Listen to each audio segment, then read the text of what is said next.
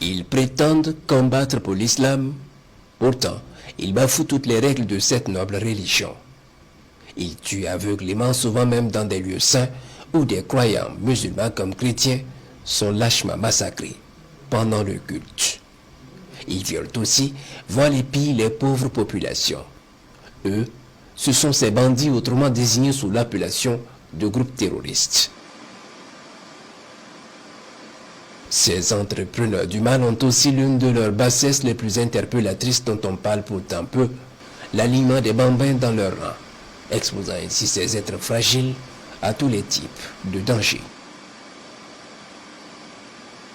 Aujourd'hui, nous plongeons dans l'univers des enfants exploités par le tristement célèbre et prétendu groupe de soutien à l'islam et aux musulmans, le GESIM, comme il se fait trompeusement appeler.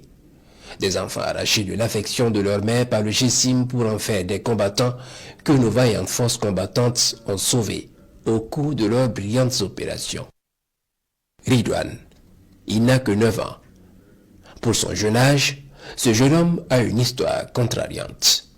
À une époque récente, Ridwan était un guetteur terroriste dans la zone de Dédougou. Je n'ai jamais rêvé un jour d'être un terroriste. Tout ce que je voulais, c'était de devenir un grand joueur comme Messi. Malheureusement, les terroristes ont brisé ces rêves en m'enrôlant de force dans leur rang. Et malgré la tâche qui s'avère très périlleuse, il fallait parfois l'accomplir avec l'estomac au talon. J'ai beaucoup souffert à leur côté parce que je ne mangeais pas à ma faim et j'étais tout le temps envoyé dans des endroits touffus ou des hauteurs pour des observations. À 10 ans, tout semble perdu pour Massaoudou. C'est du moins l'impression qu'il a. Il rêvait d'être un jour infirmier pour soigner des gens, pour le prendre au mot, mais c'était avant qu'il ne croise le chemin d'individus malsains.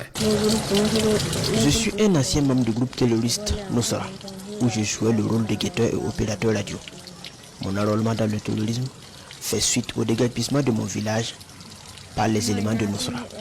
En effet, les terroristes ont déguerpi mon village, ont enlevé par la même occasion tous les jeunes de sexe masculin qui avaient au moins 9 ans. Nous étions au total 20 garçons à être amenés de force sur leur base, située en pleine forêt. Sur place, les enfants ont été soumis à une formation physique, certains en opérateur radio et en maniement de Kalachnikov. Leur jeune âge ne constituait pas de barrière pour les bandits. Vu mon âge, je tenais difficilement à la formation. Les formateurs pensaient que je faisais semblant et ils me maltraitaient beaucoup. J'étais obligé de me débrouiller. Je ne pensais pas qu'un jour je sortirais de cet enfer jusqu'à ce que je tombe sur les FDS qui m'ont sauvé. Nous sera foutu ma vie en l'air. Si le mode d'enrôlement est le même pour la majorité des jeunes garçons, certains ont été livrés par leurs propres parents. C'est le cas de Salim, âgé de 10 ans. J'ai été poussé dans le terrorisme par mon propre père alors que je faisais la classe de CP2.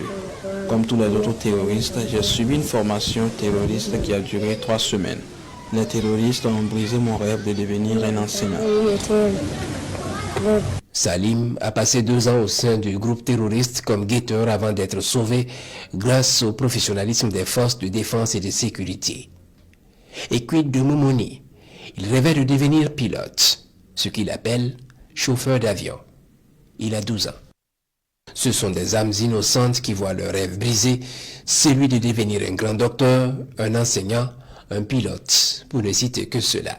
Le GESIM, au mépris du droit international pour qui l'emploi des enfants dans la guerre est un crime de guerre, envoie au front des enfants qui n'ont même pas la dizaine. Ont-ils d'ailleurs un quelconque égard envers ces mécanismes internationaux, même s'il leur arrive souvent d'appeler à la rescousse la communauté internationale lorsqu'ils sont copieusement fouettés par les forces combattantes?